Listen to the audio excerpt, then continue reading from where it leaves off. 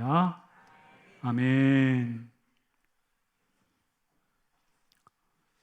예수님이 부활하셨는데 이 부활하신 사건이 단박에 퍼지지 않았어요. 사람들에게 알려지지 않았어요.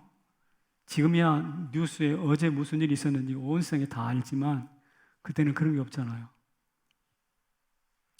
그래서 예수 부활의 모습을 보여주긴 했지만 제자들이 아직은 두려움을 떨치지 못하고 숨어 있었습니다. 그러니까 부활 예수께서 나타나셨다는 사건보다 아직도 유대인에게 체포당한다거나 화를 입을까 봐 두려워하는 것이 더 컸다고 볼 수 있겠죠. 부활보다 체포가 더 두려웠다는 뜻입니다. 이런 상태에 믿음이 이르면 어쩌면 믿음이 거의 빈사 상태에 이르렀다고 해도 틀리지 않을 것입니다. 그런 제자들을 위하여 예수님이 오늘 본문에 보니까 짠 하고 나타났어요. 여러분 짠 좋아하시죠? 애들한테는 까꿍 좋아하시죠? 네. 짠 예수님이 나타나셨습니다. 누구도 예측하지 못했던 출현입니다. 그리고 예수님이 굉장히 중요한 말씀을 하십니다. 너희에게 무엇이 있으라? 평안이 있을지어다. 평안이 있으라. 그렇게 선포하십니다. 만약에 저라면 이렇게 샬롬하고 평안이 있으라라고 야단 이렇게 인사하기보다는 되게 야단쳤을 것 같아요. 아니 지금 내가 부활했는데 그 부활 소식이 알려졌는데 아직도 숨어 있어? 속이 상하지 않나요? 그래서 야 너희들 아직도 숨어 있는 거야? 유대인들이 그렇게 무서워? 이 비겁한 것들아. 내가 너희들의 속내를 알고 있었지만 이렇게 겁쟁이일 것을 미처 몰랐다. 실망천만이야. 특별히 너 베드로, 너 남자로서 일구의연해? 언제는 그리스도, 내가 뭐 하나님의 아들이라고든 지금 나를 부인하고 또 세 번이나 모른 척 한단 말이야? 그리고 의심쟁이 도마, 아직도 못 믿겠어? 뭐 이런 이야기입니다. 굉장히 서운한 마음이 야단쳤을 것 같은데 우리 예수님은 그런 분이 아니세요. 우리 전라도 말로 속이 없으신 분이시요. 이래도 흥 저래도 흥 하시는 분이신지는 모르겠는데 어쨌든 부활 예수님은 대응하는 몸이 달라요. 그 두려워 숨은 제자들에게 속도 없이 손을 보여주시고 옆구리를 이렇게 못을 더 뒤치시더니 창자국을 보여주시고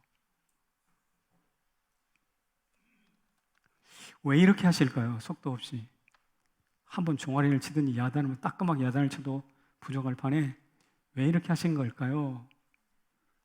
예수님은 샬롬의 예수님이기 때문에 그렇습니다.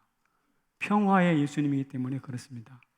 두려움을 물리치고 믿음을 회복하기를 원하셔요. 한없이 긍휼의 주님이시거든요.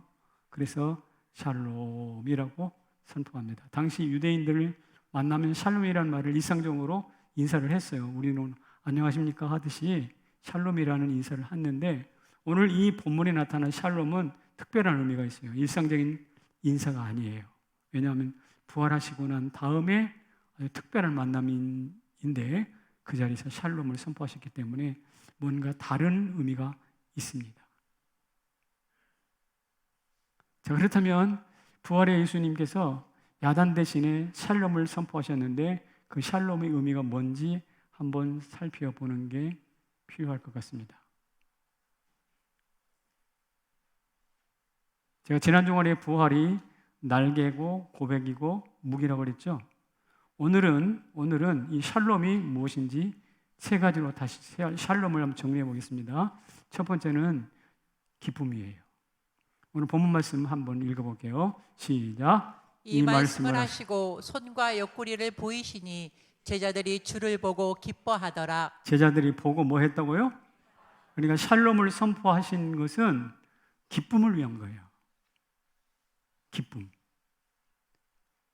두려움을 내쫓고 기쁨을 심으시려고 하는 예수님의 세밀한 배려, 사랑입니다. 주님은 우리가 기뻐하는가 기뻐하지 않는가 우리 표정을 면밀히 살피시는 분이라는 사실을 아세요? 찬송가 가사 중에 나의 신음에도 응답하시는, 나의 한숨 소리에도 민감하게 반응하시는 분이신데 그 주님이 우리의 표정 그냥 흘러가실까요? 모른 척 하실까요? 우리 표정에도 관심이 많으세요. 그래서 우리 표정을 오늘도 살피고 계십니다. 그런데 수심이 있습니까? 딸아, 무슨 걱정이 있냐? 이렇게 물으시죠. 다시, 우리 주님은 우리의 기쁨에 대단히 관심이 많으세요. 근데 그 기쁨을 주시기 위해서 샬롬을 먼저 선포하는 것입니다. 그러니까 샬롬과 기쁨은 별개가 아니에요. 평화로워야 기쁘고 기쁨이 있을 때 평화를 누릴 수가 있거든요. 그래서 제자들로 하여금 잃어버린 기쁨을 회복하기 위해서 지금 뭐 하고 있냐면 손에 못자국을 보여주신 거예요. 상처를 보여주신 거예요. 기뻐하라고. 여기 계신 여러분들이 지금 어떻습니까? 기뻐하신가요? 기뻐하시기를 바랍니다. 기쁨을 회복하시길 바랍니다. 사실 기뻐하려면 부활이 사실로 믿어져야 돼요. 부활이 사실로 믿어져야 돼요. 2차 대전이 종전된 지 약 10년이 지나도 저 남태평양 어느 섬에서는 아직도 전쟁 중인 줄 알고 숨어 사는 사람들이 있었다고 그랬잖아요. 그러니까 이 평화가 왔다는 사실을 사실로 믿지 못하면 계속 땅굴 속에서 숨어 사는 것과 마찬가지로 우리가 부활이 역사적인 사실이라는 사실을 알아야 믿어야 기뻐할 수 있어요. 예수 부활 역사적 사실입니다. 할렐루야. 수많은 사람들이 그 부활을 부정하려고 애썼지만 실패했어요.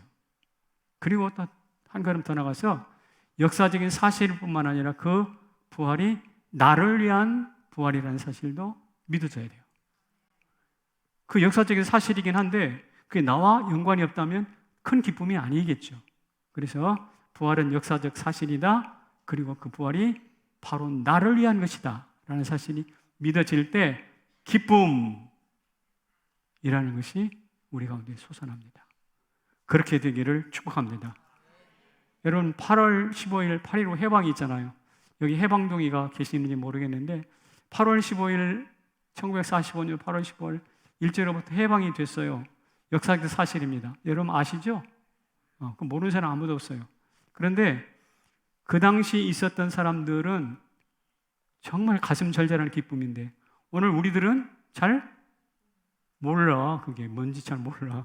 그러니까 그 8.15가 있었다고 하는데 내 것인지 아닌지 나를 위한 것이냐 아닌지 잘 모른다고. 그러니까 이 8.15를 먼 이야기처럼 들어버릴 수가 있는데 이 부활도 그럴 수가 있어요. 그러나 다른 건 모르겠어요. 부활만은 역사적 사실이고 나를 위한 부활이라는 사실을 믿으시길 바랍니다. 한번 저를 따라서 할까요? 예수 부활, 내 부활. 예수 부활, 네 부활 아니고 예수 부활, 나의 부활이라 로 받으시길 바랍니다. 그럴 때 여러분 안에 기쁨이 넘치는 것이고요. 하나님께서 샬롬으로 찾아올 때 아멘 할 수가 있습니다. 두 번째로는 샬롬 속에 담겨져 있는 의미가 임명장이에요. 임명장. 지금 제자들은 두려워서 숨어서 있었는데 예수님이 짠 나타나셔가지고 이제 깜짝 선언을 하십니다. 뭐라고 말씀하셨는가? 보겠어요. 시작. 이르시되 너희에게 평강이 있을지어다. 아버지께서 나를 보내신 것 같이 나도 너희를 보내노라. 샬롬 말씀하신 다음에 바로 이어서 아버지께서 나를 보낸 것 같이 나도 너희를 어떻게 보낸다 그랬어요. 이것은 평강과 함께 열방으로 파송하신다는 임명장이에요. 임명장. 제자들을 이제 사도로 임명해서 사도행전 이후에 보면 예수님이 파송하시잖아요. 똑같아요. 아포스톨로스, 사도로 주는 너는 이제로부터 나 예수가 세상으로 보낸 제자 사돈이라고 임명장을 주시는 것이 바로 오늘 이 본문이에요. 여러분도 뭐 임명장 하나 받아보셨어요? 저는 이재명 시장이 준 무슨 표창장이 하나 있어요. 제 방에 와보면. 훌륭한 시민이라고. 하여튼 그런 게 있습니다. 하여튼. 이 임명장을 주는데 사실 이 제자들이 임명장 받을 만한 자격이 있나 한번 살펴보세요. 지금 예수 부활 소식을 들었는데도 둘이서 숨어 있잖아요. 꽁꽁 숨어라 하고 있어요. 자격이 있어요? 어울리지 않는 것 같아요. 걸맞지 않은 것 같아요. 무슨 숨어가지고 부활도 믿지 못하고 자기를 위한 부활인지도 모르고 있는 이 참 깜깜이 제자들에게 무슨 세상을 향한 사도로 내가 임명한다. 임명장? 정말 어울리지 않는 것 같아요. 예수님 왜 이렇게 하실까? 그러나 놀라지 마십시오. 여러분이 받은 구원도 받을 만한 자격이 있어서 받은가요? 여러분들이 하나님 앞에 땅땅거리면서 나 구원 주셔요. 이래서 받은 것이 아니잖아요. 전혀 예기치 않았던 하나님의 섭리와 하나님의 방식대로 놀랍게 예기치 않게 우리에게 일방적으로 주신 것이 구원 맞죠? 그렇다면 걸맞지 않은 구원입니다. 사실은 과분한 구원이에요. 그러하듯이 부활도 그리고 사도로서 하나님의 제자로서의 임명장도 동일하게 걸맞지 않지만 은혜로 주신 거예요. 일방적으로 주신 거예요. 뜻밖의 일입니다. 걸맞지 않은 일입니다. 그러나 가만히 생각해 보면 이 파송장, 임명장이라는 것도 우리 구원이 돌발적이고 어울리지 않는 것처럼 이 임명장도 동일하게 그렇다는 것이죠. 그렇다면 우리가 구원을 기쁨으로 받는 것처럼 이 임명장 받아야 되겠어요? 안 받아야 되겠어요? 받아야죠, 당연히. 아멘으로 받아야죠. 이것을 확실하게 받았던 사람이 누군지 아세요? 전혀 어울리지 않는데, 사도로서 전혀 어울리지 않는데 확실하게 받았던 사람이 사도 바울이에요. 바울은 얼마 전까지만 해도 예수 믿는 사람 잡아 죽였잖아요. 그런데 예수님께서 사도로 파송하시잖아요. 다른 사람들이 보고 저 어울리지 않아. 네가 사도라고 하면서 사도권에 대해서 반론을 폈지만 사도 바울은 전혀 개의치 않습니다. 걸맞지 않지만 은혜로 하나님의 일방적으로 주신 거니까. 그래서 바울이 편지를 쓸 때마다 하나님의 뜻을 따라 뜻으로 말미암아 그리스도 예수의 종된 나 바울은 너희에게 편지하노니 그랬다.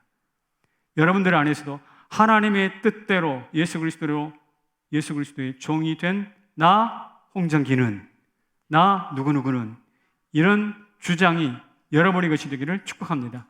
하나님이 여러분들에게 임명장 주셨어요. 하나님의 자녀됨을, 하나님의 백성됨을, 하나님의 사도됨을, 제자됨을.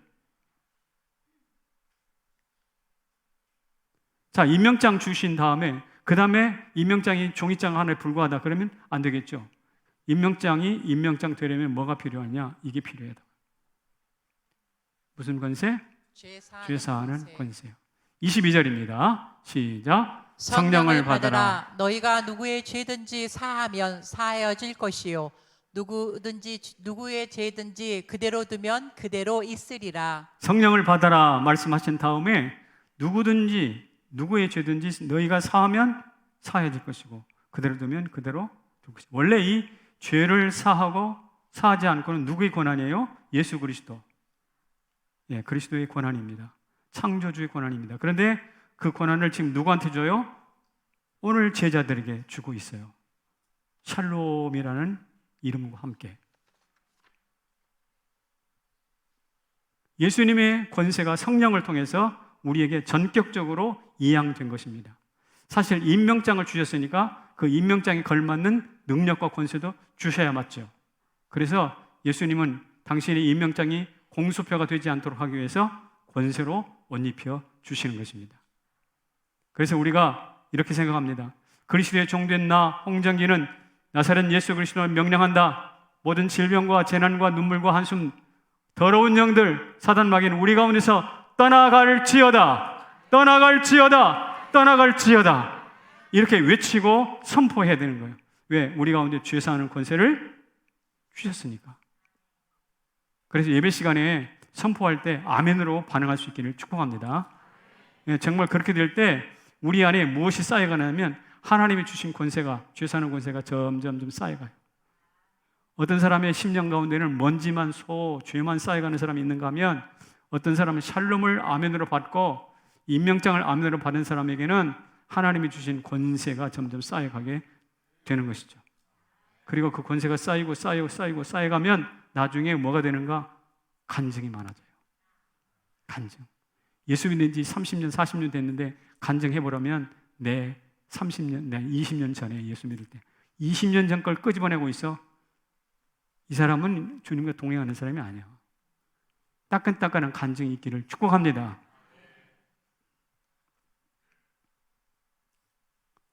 한번 정리해 보겠습니다. 부활이 놀라운 것처럼 부활 예수님이 주신 것 참 놀라운 것인데, 우리에게 기쁨을 주셨죠. 임명장을 주셨어요. 그 다음에 죄사하는 권세 주셨어요. 참 어울리는 것 같지 않아요? 돌발적이에요. 부담스럽긴 합니다. 그러나 우리가 결정해야 돼요. 이것을 내 것으로 받아 누릴 것인지, 아니면 그냥 되면 모른 척할 것인지 결정해야 돼요. 이게 바로 우리 가운데 샬롬이 이루어지느냐 이루어지지 않느냐의 키워드예요. 자, 제가 묻겠습니다. 여러분들, 이 기쁨과 임명장과 죄사하는 권세를 받아 누리시겠습니까? 저 2층에 계신 우리 황 장로님, 아멘이시죠? 감사합니다. 우리 황 장로님 건강 좋아지시기를 축복합니다. 네.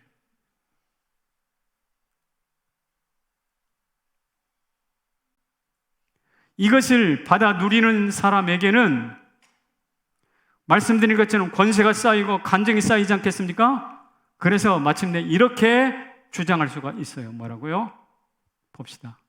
시작. 나는 예수님이 보낸 아멘어사다. 아멘어사, 그러니까 의사 박문수가 생각나죠? 아멘어사 박문수. 조선시대 왕이 보낸 아멘어사 특별하잖아요. 아멘어사는 3가지를 누립니다. 기쁨을 누리고요, 마패라는 임명장을 가지고요, 죄를 감찰한 감찰권을 가지고 있어요. 다시, 장원급제하는 기쁨, 그 다음에 마패 임명장, 죄를 감찰하는 감찰권. 아까 뭐하고 비슷하네? 아까 뭐하고 비슷하지?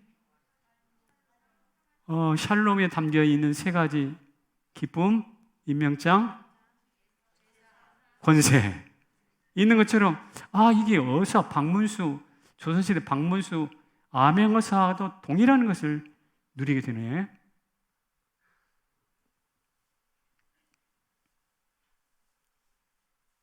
그런데 조선시대 왕이 주었던 것이 지금부터 한 400년 전으로 해봅시다.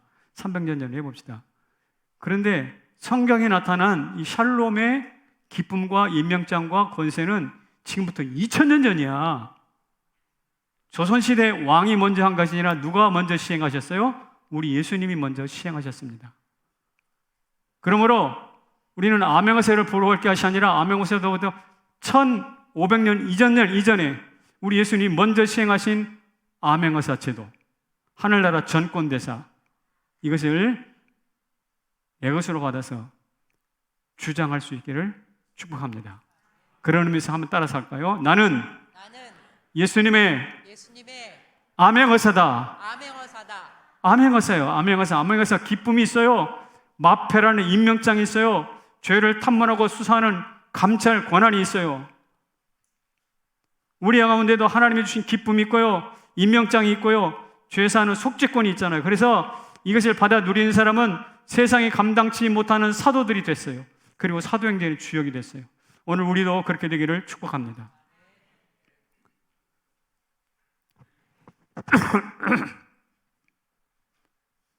죄송합니다. 제가 오버를 했나 봐요. 오버를 하면 이렇게 목이 아파요.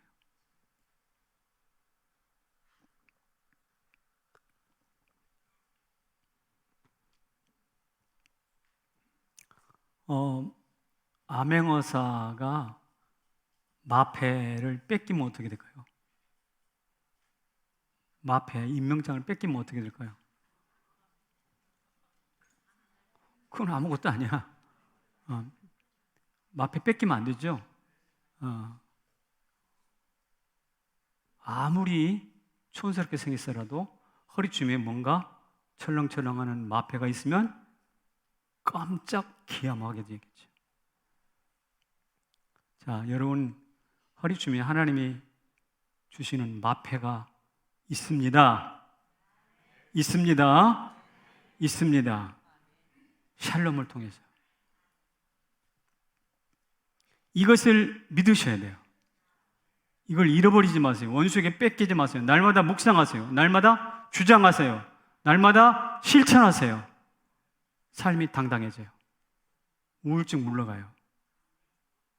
참, 마음이 쭉 낮아져가지고 자존심이 낮은 사람, 자존감이 낮은 사람들, 이거 다시 회복할 수 있기를 바랍니다. 열등감 물러가요. 물러가.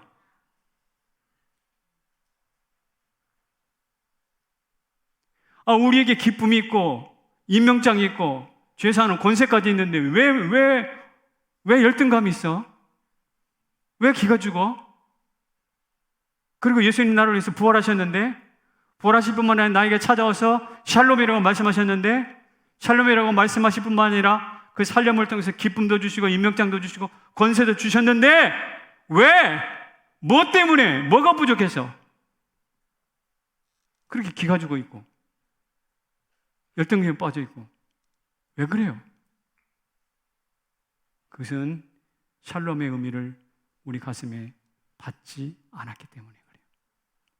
이제부터 받아 누리고 주장하시기를 축복합니다. 성경에 보면 지렁이 같은 야곱아, 너 지렁이 같은 야곱아, 내가 너를 이가 날카로운 새로운 타작기계를 만들 것이다 라고 말하고 있잖아요. 우리 주님의 장기는 뭐냐면 별 볼 일 없는 말도 안 되는 지렁이 같은 존재를 이가 날카로운 새로운 타작기계처럼 만드시는 것이 우리 하나님의 취미라고. 우리 하나님의 전공 과목은 약한 것을 강하게 하시는 거고 추한 것을 귀하게 만드신 것이에요. 할렐루야. 포도즙 틀에서 밀타자가 된 비겁한 기드온에게 뭐라고 그랬느냐, 너는 큰 용사라 그랬어요. 어울리지 않는 이야기예요. 숨어있는 사람들에게 임명장 주는 것과 똑같아요. 그런데 주님께서 큰 용사라고 하시네요. 여기서 용사라는 말은 창세기에 나온 네피림의 후손 거인 족속도 있잖아요. 이 사람들을 일컫는 단어와 같은 단어입니다. 그러니까 비겁한 기드온에게 너는 네피림의 후손처럼 강성한 종자야 라고 이야기하는 것과 같아요. 오늘 저와 여러분도 마치 밀타작하는 포도즙들에서 밀타작하는 비겁한 기드온과 비슷할지 모르겠어요. 그러나 하나님은 여러분들을 향하여서 큰 용사라고 부르실 줄을 믿습니다. 아니, 부르신다고. 이게 성경 역사예요. 그래서 다시 축복합니다. 우리 하나님이 샬롬을 통해서, 부활을 통해서 샬롬을 주시고, 샬롬을 통해서 우리에게 기쁨 주시고 임명장 주시고 권세를 주셨으니 그것을 아멘으로 받아서 하늘나라 전권대사 예수님이 보낸 아멘의사로 살아가시기를 축복합니다. 그래서 그 권리를 가지고 어떻게 쓰는가? 사람들을 축복하는 데 쓰세요. 복이 있을지어다. 그리고 원수를 저주하고 제압하는 데 쓰세요.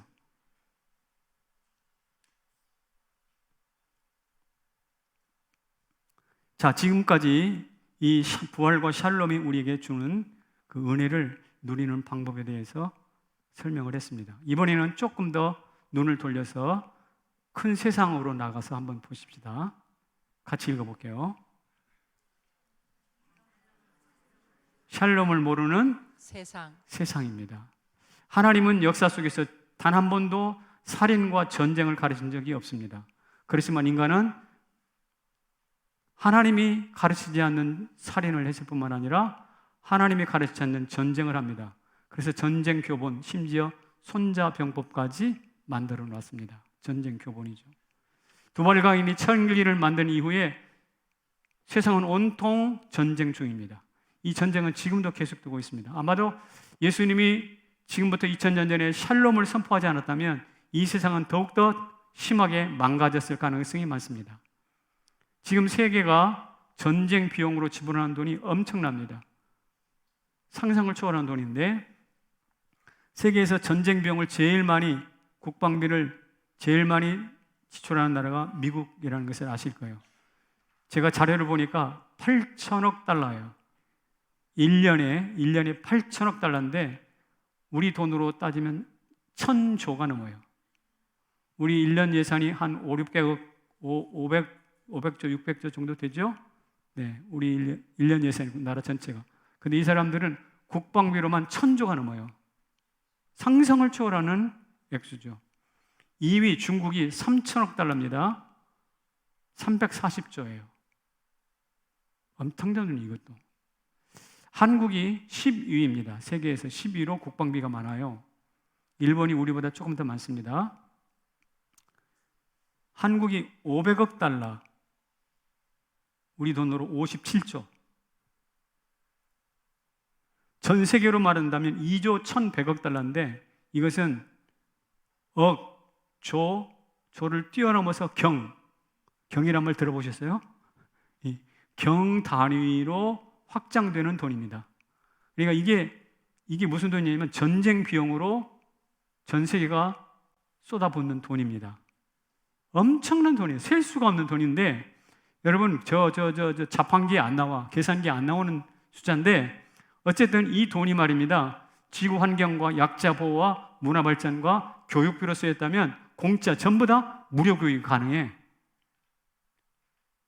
이 지구상에 있는 사람들 거의 굶어 죽는 사람 없고 무상 교육이 가능하다니까 대학까지. 엄청난 돈을 지금 문화, 약자 보호, 지구 환경 이런 쪽에 쓰는 사람 죽이고 파괴하는 데 쓴단 말이에요. 그러면서 하는 말이 뭐냐면 이 국방비를 이렇게 일컬어요. 평화 비용이라고. 저 말이 맞아요? 전쟁 비용은 전쟁 비용일 뿐이지. 저 국방비를 통해서 평화를 반복할 수 있다 그래서 평화 비용이라고 말을 할 수 있을지는 모르겠으나 엄밀히 말하면 그것은 평화 비용이 아니라 전쟁하는 싸우는 비용이에요. 사람 죽이는 비용이라고. 많이 죽여야 이기잖아요. 요새 한국의 군수 산업도 흥황한다고 합니다. 그래서 저 유럽에서 우리나라 무기를 많이 사간다고 그러지 않습니까? 그래서 신문에서는 와, 우리나라가 제3의 먹거리가 생겼다, 먹거리 산업이 생겼다 해가지고 막 좋아하는 뉴스를 제가 들은 적이 있습니다. 여러분 이게 과연 기뻐만 할 일일까요? 우리가 무기를 판 그 대가는 어느 곳에서 평화가 좀먹고 있는 대가예요. 왜 이런 일이 나타날까요? 세계는 평화를 몰라요. 샬롬을 몰라요. 세상은 몰라요. 돈으로 지킨 평화는 진정한 평화가 아닙니다. 언제든지 깨질 수 있어요. 균형이 깨지면 언제든지 뒤집어집니다. 거짓 평화예요. 여러분 상호 불가침 조약을 맺는다고 그러잖아요. 서로 이제 어른거리다가 우리 서로 쳐들어가지 말자, 상호 불가침 조약을 맺어요. 그런데 그것은 이렇습니다. 기쁨 대신에 의심이에요. 조약서를 사인을 하긴 하지만 그러나 의심이 있어요. 요것들 진짜가 진심으로 하는 거야? 그러나 일단 사인을 하고 보자. 의심 섞인 사인을 합니다. 그 다음에 임명장 대신에 계약서예요. 불가침 조약, 조인서.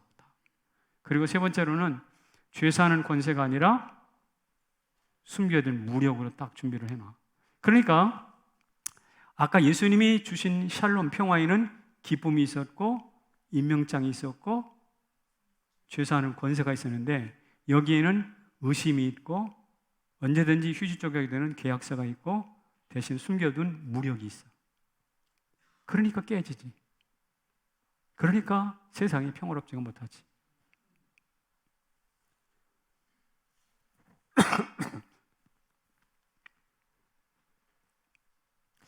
이 성도라고 하면 이 지구상에 있는 참된 평화와 거짓 평화를 구별할 수 있는 눈이 좀 필요하다고 생각합니다. 예수님이 샬롬으로 오늘 이 부활 예수께서 말씀하신 평화와 세상이 무기를 통해서 억제하고 있는 이 평화가 어떻게 다른지를 좀 구별했으면 좋겠어요. 여러분, 이 평화라는 것, 평화로움은 언제든지 힘만 생기면 마귀 같은 아주 전쟁광으로 바뀔 수가 있어요. 바뀔 수가 있어요. 예를 들어 볼게요. 저 평화롭게 저 몽골 땅에서 평화롭게 풀 뜯기고 말 기르는 사람들이 있었어요. 몽골족이죠. 이 사람들이 힘이 생겼습니다. 엄청난 힘이 생겼어요. 그래가지고 어디로? 중국을 쓸어버리고 중앙아시아를 뚫어버리고 그 다음에 저 유럽까지 쳐들어갔잖아요. 세계 최대 강국을 만들었어요. 평화롭게 말에다가 풀 뜯기던 사람들입니다. 힘이 생기니까 전쟁광이 됐어요. 평화는, 우리가 바라보는 평화는 언제든지 전쟁으로 바뀔 수 있는 가능성이 있다는 뜻입니다. 그런데 전쟁만 한 게 아니라 이 사람들이 유럽까지 쳐들어가서 후유증이 하나 생겼어요. 그게 바로 뭐냐면 흑사병, 페스트가 따라 들어가가지고 이 유럽을 유린하고 난 이후 그 지역의 인구가 거의 절반으로 줄었다 그래요. 엄청난 후유증입니다. 섬에서 고기나 잡아먹던 친구들이 하나 있었습니다. 근데 이 친구들이 힘이 생겼네요. 그래가지고 섬을 탈출했어요. 빠져나왔어요. 그리고 사람들을 막 못 살게 그랬어요. 누굴까요? 일본이에요, 일본. 아니, 그 섬에서 조용히 평화롭게 고기나 잡아먹지 뭐 한다고 튀어나와 섬 밖으로 튀어나와서 대동아 공영권, 동아시아의 공동 번영을 추구한다. 이래가지고 나와가지고 우리를 괴롭히지 않았습니까? 왜 인간은 이처럼 평화로운 것 같은데 힘만 생기면 전쟁광으로 바뀌냐고. 이게 역사가 우리에게 가르쳐주는 딜레마인데 왜 그럴까요? 오늘 주님이 말씀하시는 샬롬이 무엇인지 모르기 때문에 그래요. 샬롬을 잃어버리면 돈도 잃어버리고 명예도 잃어버리고 생명도 존엄도 미래요 소망도 다 깨져버립니다. 그래서 어쩌면 오늘 우리에게 정말 필요한 것은 돈이 아니라 진정한 의미의 샬롬입니다. 성남제일교회 성도 여러분, 우리가 샬롬의 교회 되기를 바랍니다.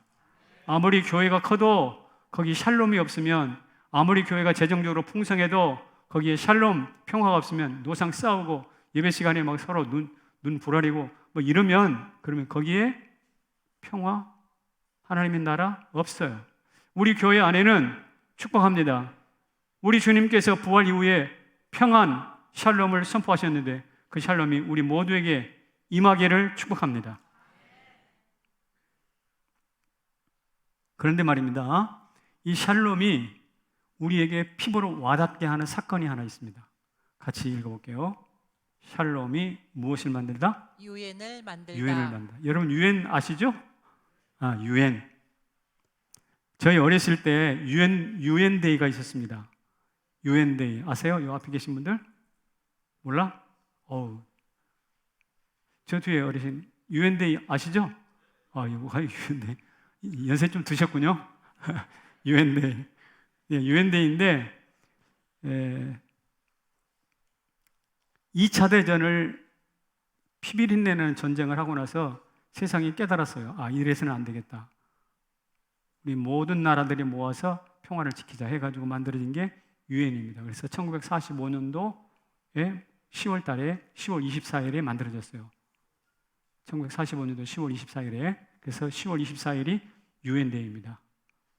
그런데 이 유엔데이가 우리나라에서는 공휴일이에요. 그리고 유엔데이 때 저 광화문 앞에서 군악대가 막 이렇게 행진도 하고 축제도 벌이고 그랬다고 합니다. 우리 전만 식장님 기억나세요? 무안에서 살아가지고 잘 모르셨나요? 예, 이 유엔데이가 그래서 유엔을 우리나라의 공식 공휴일이었어요. 그날 학교 안 가는 날이라고. 학교 안 가는 날 눈이 번쩍하네. 근데 이 유엔데이를 없애버린 날이 있었어요. 공휴일이 하나 날아가 버렸어요. 언제인 줄 아세요? 1975년도예요. 왜 그러냐면 우리나라가 유엔 때문에 6.25 때 살아나고 유엔의 힘을 힘입어서 나라를 건설하고 막 그랬거든요. 그럼에도 불구하고 유엔데이에서 국경일에서 제외돼 버린 사건이 하나 있었다고요. 왜 그러냐면 1975년도 유엔 총회에서 한국에는 유엔군 사령부가 존재하고 있었는데 유엔군 사령부를 해체합니다. 그리고 그것을 미군 및 몇몇 나라에게 위임해 줘버려요. 그래서 유엔사가 있긴 한데 유엔 군사령부는 해체됐어요. 그러니까 우리로서는 대단히 서운한 거죠.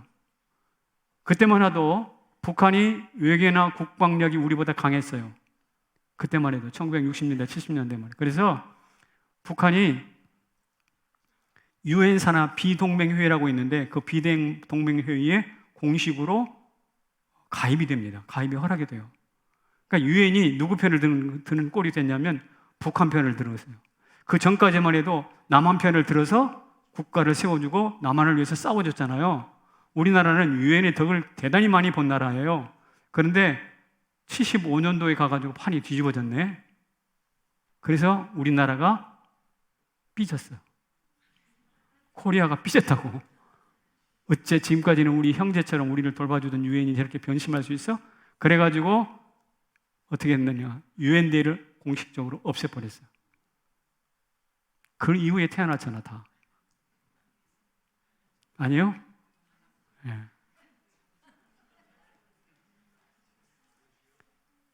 그런데 말입니다. 여기서 제가 지금까지 유엔에 대한 이야기를 이야기했는데 그 유엔이 탄생하게 된 것이 뭐냐면 유엔이 생성되기 한 40-50년 전에 화란의 시작자 아브라함 카이퍼라고 하는 철학자이자 정치가이자 신학자예요. 아브라함 카이퍼가 우리는 성경이 말하는 사회 동포주의를 주장합니다. 모든 세계 민족은 하나의 혈통이고 한 동포입니다. 사회 동포주의, 코스모폴리타니즘이라고 하는데요. 우리 서로 싸우지 맙시다. 형제끼리 싸우지 맙시다. 이런 이야기 하고 싶어요. 이분이 살아있을 동안 계속해서 그 이야기를 주장했는데 그 당시는 사람들이 다 무시했어요. 그리고 사실 우리 세포 안에 미토콘드리아가 있는데 미토콘드리아를 이렇게 추적해가지고 혈통을 알아낼 수가 있다고 합니다.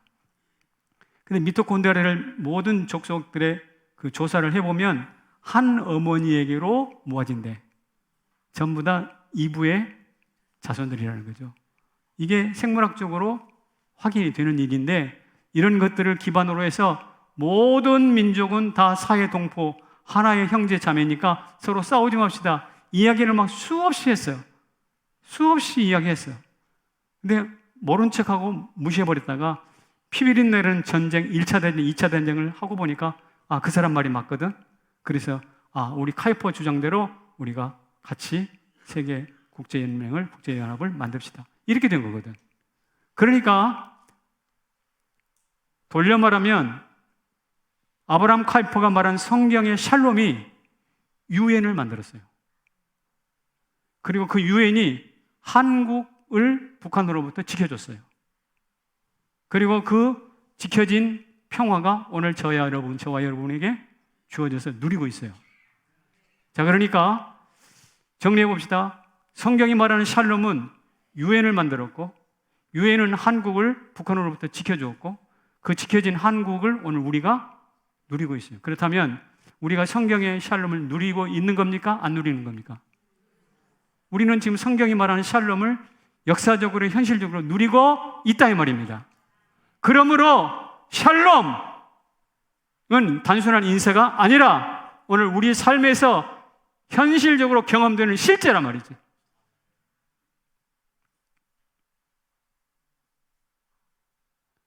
따라서 개인적으로는 샬롬 안에 있는 기쁨, 임명장, 권세를 가지고 사단 마귀 악한 권세들을 제압하고 권세를 사용해서 우리 이웃들을 축복하고 이렇게 사용할 수 있기를 축원합니다. 그리고 공적으로는 그 샬롬이 그림의 떡이 아니라 역사 속에서 유엔을 창출했고 그 유엔이 한국을, 코리아를 지켜주었고 그 지켜진 코리아의 평화를 오늘 내가 지금 경험하고 있으니 그 샬롬은 그림의 떡이 아니라 오늘 나에게 주어진 축복의 실제라는 사실도 믿으시기를 바랍니다. 그러므로 오늘 우리가 이 샬롬이라는 이해를 새롭게 좀 하면서, 그렇다면 우리가 이 샬롬을 살아내야 될 텐데 어떻게 할까? 이렇게 하셔야 됩니다. 정복이 아니라 무엇으로? 희생으로. 여러분, 세계 역사를 바라보면 태양신 섬기는 족속이 지구상 전체에 널려 있습니다. 이집트 문명, 파라오 태양의 신입니다. 라 신이라고 하죠. 로마 아폴로 신이라는 들어보셨죠? 이게 태양신입니다. 저 남미에 가면 비라코차라고 있습니다. 잉카 문명을 이루었던 사람들, 역시 태양신을 숭배하는 사람들입니다. 이 사람들의 특징이 있습니다. 뭐냐면 이거예요. 아니요, 솔 인빅투스. 그렇죠. 이것은 무적 무패의 신이다. 그러니까 태양신은 패하지 않는 신이에요. 대적할 그 누구도 적이 없는 신이에요. 그러니까 최강의 신이라는 뜻입니다. 그래서 이 사람들은 항상 태양신을 섬기는 족속들은 침략할 대상을 찾아요. 그리고 침략할 대상이 없잖아요. 그러면 저희들끼리 싸워요. 그래서 자멸합니다. 그 나라가 로마예요. 로마가 더 이상 광역을 넓힐 데가 없을 때 저희들끼리 싸워가지고 네 토막으로 나눠지잖아요. 그 네 토막으로 나눠진 것을 통일한 사람이 콘스탄틴 대제예요. 이처럼 태양신이 세계 만방에 만연하고 있을 때 그 정복의 신 태양신을 끝장내고 단절시킨 분이 계십니다. 누굴까요? 바로 예수 그리스도십니다. 12월 25일이 크리스마스라는 것을 아시죠? 근데 그 12월 25일은 원래 크리스마스가 아니라 태양신을 숭배하는 날입니다. 그런데 예수 그리스도께서 정복이 아니라 십자가의 죽으심으로 말미암아 장군이 아니라 몫으로 또 죽인 자가 아니라 죽임을 당한 자로 이 땅에 오셨기 때문에 정복이 아니라 희생으로 그 역사를 단절시키고 중단시키고 그 자리에 예수 그리스도 탄생을 기뻐하는 크리스마스로 바뀌어진 거예요. 누가 권력으로 그랬나요? 아니요. 예수님께서 바로 희생으로 그 놀라운 역사를 이루어내셨습니다. 그래서 잘 기억하셔야 돼요. 평화라는 것이 우리한테 먼 이야기나 가까운 것처럼 예수 그리스도 그분이 태양신에 찌들어 있는 이 세계 전쟁터와 같은 세상을 평화의 시대로 되돌려 놓으셨다는 사실입니다. 그러니 예수님이 태어나신 날을 BC와 AD, 서기 전과 서기 후로 나눌 만하죠? 예수님은 충분히 그럴 만한 분이십니다. 창조주시고 우리의 구원자십니까? 따라서 제가 무슨 말씀을 드리냐면 예수님이 그러하셨듯이 정복을 희생으로 바꾸셔서 역사의 틀을 바꿔놓으셨던 것처럼 오늘 우리의 삶도 그와 같은 삶을 살아갈 수 있기를 바랍니다. 남들이 싸운다고 우리도 핏대 올리지 말고요. 남들이 서로 착취한다고 우리도 남의 거 빼앗지 말고 그 역사를 단절시키는 저와 여러분이 되기를 주의 이름으로 축원합니다. 예수님의 조상 다윗이 어떤가요? 다윗이 이런 말을 했어요. 한번 읽어볼게요. 다윗이 뭐라고 했냐면 골리앗에게 시작. 너는 칼과 창과 단창으로 내게 오거니와 나는 하나님의 이름으로 내게 가노라. 아멘. 누구의 이름으로? 하나님의 이름은 칼과 단창이 아니에요. 그리고 다윗이 유명한 이런 고백을 하나 했어요. 시작. 나의 눈물을 주의 병에 담으소서. 다윗의 눈물이에요. 다윗의 창과 칼이 아니에요. 다윗의 눈물을 주의 병에 담았어요. 그러니까 다윗이 자랑할 것은 두 가지예요. 하나님의 이름과 자기의 눈물이에요. 다윗 왕국은 어떻게 세워졌는가? 다윗의 눈물과 하나님의 이름으로 세워졌어요. 이것을 이어받아서 예수 그리스도께서 태양신을 단절시키고 어떻게 해요? 평화의 크리스마스를 이루셨습니다. 저와 여러분도 이런 삶을 살아가시기를 주의 이름으로 축원합니다. 아까 제가 유엔 이야기했죠?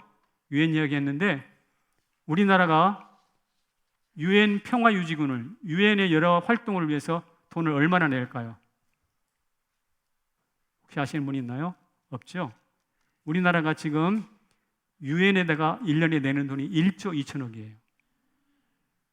엄청난 돈이 거기 흘러들어가고 있습니다. 그 돈이 세계 소말리아라든지 어디 아프리카 곳곳에 평화유지군 들어보셨죠? 평화유지군으로 지금 우리나라 군인들도 나가 있거든요. 평화유지군으로도 지금 나라가 우리가 봉사를 하고 있어요. 그래서 자료를 보니까 10만 명, 우리나라 군대를 보면 10만 명이 세계 평화를 위해서 지금 일하고 있고 119개국의 사람들이 거기에 참여를 하고 있고 우리나라는 1조 2천억이라는 돈을 지금 평화유지비로 내고 있습니다. 자, 여러분들은 묻겠습니다. 세계 평화에 기여를 하고 있습니까? 없습니까? 어떻게? 세금으로? 맞아요. 또 평화유지비를 보내고 있잖아요. 몰랐어요. 우리 그런 거 몰랐는데 우리가 세계 평화를 위해서 일조하고 있네?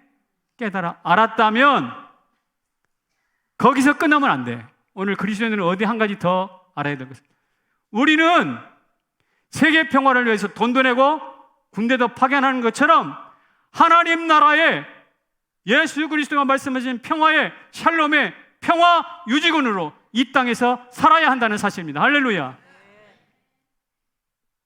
우리는 하나님 나라 평화 유지군이라니까.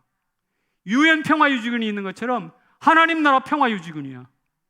그 평화 유지를 위해서 오늘 우리가 기도도 할 것이며 땀도 흘릴 것이며 필요하면 희생도 할 것이며 재정도 낼 것이며 그렇게 되기를 바랍니다. 할렐루야. 이게 바로 샬롬 속에 들어가 있는 은혜입니다. 이런 은혜가 개인적으로 국가적으로도 누려지기를 축복합니다. 자리에서 일어납시다. 이 땅에 오직 주밖에 없네.